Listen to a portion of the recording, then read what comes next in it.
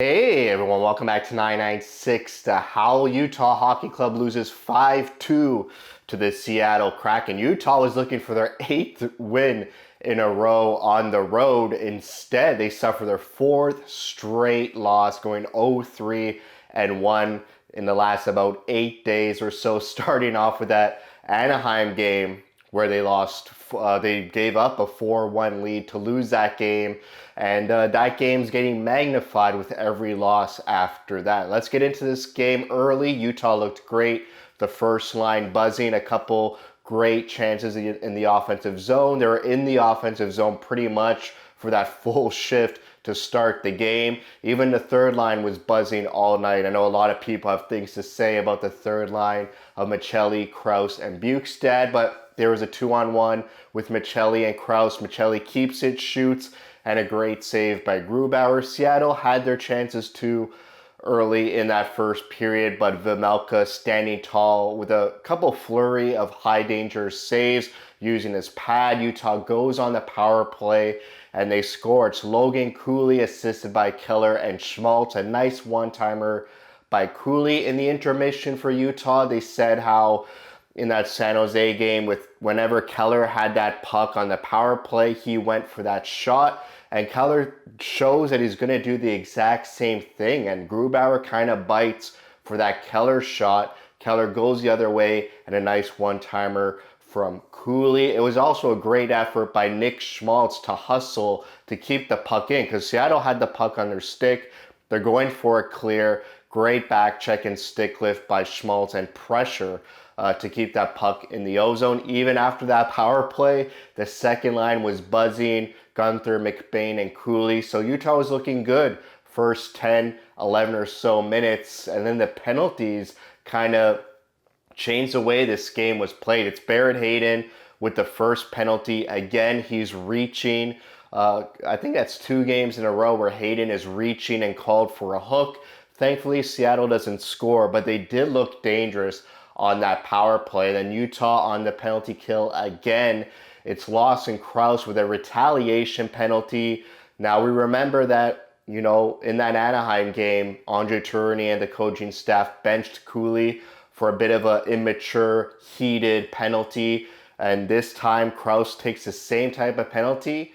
Doesn't get the same type of punishment. I know it was really early in the game. You're not going to bench Krause for the full game, but just a little interesting parallel there. This was a wild sequence. Seattle scores on that power play. There's a huge melee that breaks out, however you want to pronounce it, between Cooley, Dunn, Sergachev gets into it. It's a big brawl right after the goal. I would say it lasted about a minute to 2 minutes of scuffles going to the penalty box. And during that time, all of a sudden, the ref says Utah's challenging for offside. And it turns out it was offside by literally a frame of a second, a hairline. Now, for me, I think because of that scrum, that melee, that gave Andre Tourigny, the video coach, time to investigate the goal on whether it was offside or not. So that's fortunate for Utah. So they call the goal back. It's still 1-0 Utah. Yet they still counted those penalties that came after the goal. I've never seen this. This is why I still watch hockey. I've been watching hockey for 20, 25 years now, and you still experience new things. So whenever a goal gets called back, the clock gets reverted to whenever that offside or goalie interference occurred. So there's literally an elimination of time. The clock goes back. So for me, anything that happens after that doesn't exist anymore because the clock was reverted back. Yet they still counted the penalties, but don't count the goals. Just a little interesting thing there. I don't think I've ever seen that, where they still count the penalties even though they existed in a time that doesn't exist anymore. Just very interesting. So thankfully Utah's still up 1-0, but 2 minutes left in the first, Seattle scores back-to-back goals. The first goal, a big rebound by Vejmelka, uncharacteristic rebound right to a Seattle player at the side of the net. It's an open net, and he doesn't make a mistake. And then the second goal, a great high skill deflection in the middle of the ice by Seattle. Can't blame anyone for that one. And they score to make it 2-1. Utah was outshot 16-5 in that first period. I feel like once that first penalty by Hayden was committed, Utah kind of lost its offensive mojo. They looked pretty good the first 10 or so minutes.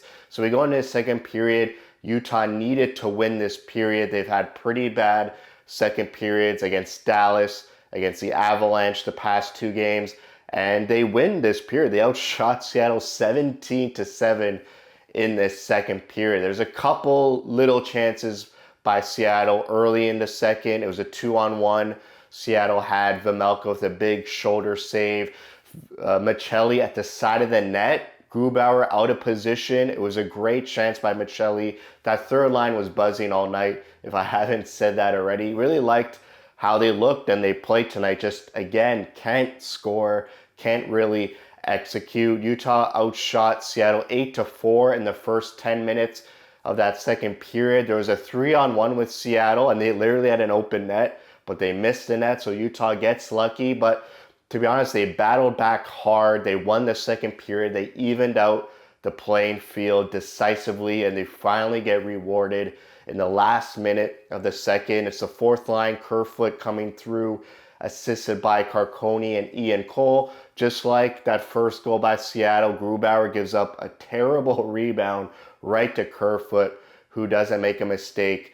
We're tied 2-2 going into the third period. This first shift in the third period was insane. The first line of Keller, Schmaltz, and Hayden, great. They had like two high danger chances right in close to Grubauer. There was one chance where the puck literally squeaked by Grubauer, but the Seattle players able to get the puck out of the crease, and then it's a Seattle breakaway on the same shift, and Vejmelka denies it. Now remember that breakaway. So we continue off from that. It seems like after that first shift, the teams kind of buckled down. There was a tense atmosphere watching the game, and I think the players felt it too.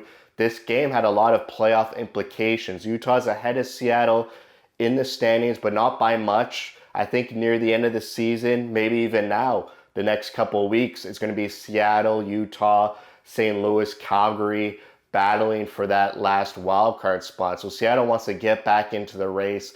Utah trying to pass by Seattle and keep them in the distance and drive by them. So it's a very tense type of hockey, a little bit of playoff atmosphere, and the clock's winding down in the third period slowly. And then mid-third period, Seattle scores back-to-back goals, and they're both goals where the Seattle Kraken get behind the Utah D. This should not be happening in the third period. It shouldn't be happening at any point in the game. But remember that breakaway, the first shift of the third period? Well, there's another breakaway where Seattle makes it 3-2. And then right after that, a couple shifts later, the fourth goal by Seattle, just a player gets behind the D and streaks in with so much speed. He's able to get his own rebound from behind the net. I agree. Vejmelka needs to be tighter on that post because that's a bad goalie positional play to let that fourth goal in. A bit of a mistake by Vejmelka, but still, you should not be letting teams with speed get behind you so late in a game. Those are the details of the game. You got to tighten it up. And one of the big takeaways from this game is all four goals by Seattle were 5-on-5. And for me, I love Utah's 5-on-5 play. And not even biased, they're a top 5 NHL team 5-on-5. So to allow 4 goals 5-on-5 didn't sit well with me. Kraken was using their speed a lot and was seeming to burn the Utah defense. And there's also stats throughout the game where the Utah defense was very activated. So it could be a situation where the coaching staff told the defense to get up in the play, create more chances, get more shots, and maybe they were just getting burned the other way by not playing or focusing too much on defense and focusing too much on activating their offensive type of game. Utah outshot 33-30. I like it when they shoot 30 shots on net. So good job there. Power play 1-for-1. I felt they probably should have had a bit more power plays. I feel like the refs weren't really calling much against Seattle. But 1-for-1, the power play, you can't really complain about that. PK 2-for-2, that's great as well. Face-offs 49%. For me, they can't spiral. I know it's 4 games in a row now. Thankfully, they got a game tonight against Edmonton on the road. That's going to be a tough one against McDavid. Usually I pencil in Edmonton games as a loss, so I don't want to see a 5-game losing streak, but they can't let it extend to 6, 7, 8. I'm drawing a parallel here. This is just my nervousness and anxiety, but Buffalo, they literally blew a 4-0 lead against the Avalanche, and that created this 10-game losing streak for Buffalo. Utah giving up a 4-1 lead against Anaheim a week ago. Now they're 4 games in a row lost, so it could be a mental game. They're still a young team, which is why there's this inconsistency that exists. So they just got to right the ship and get it going, because they got Edmonton tonight, then Calgary and Dallas. Those are tough games before a 7-game homestand. So that's it for me. Thanks for watching. If you like what you see, spread the word. And as always, thank you for your support.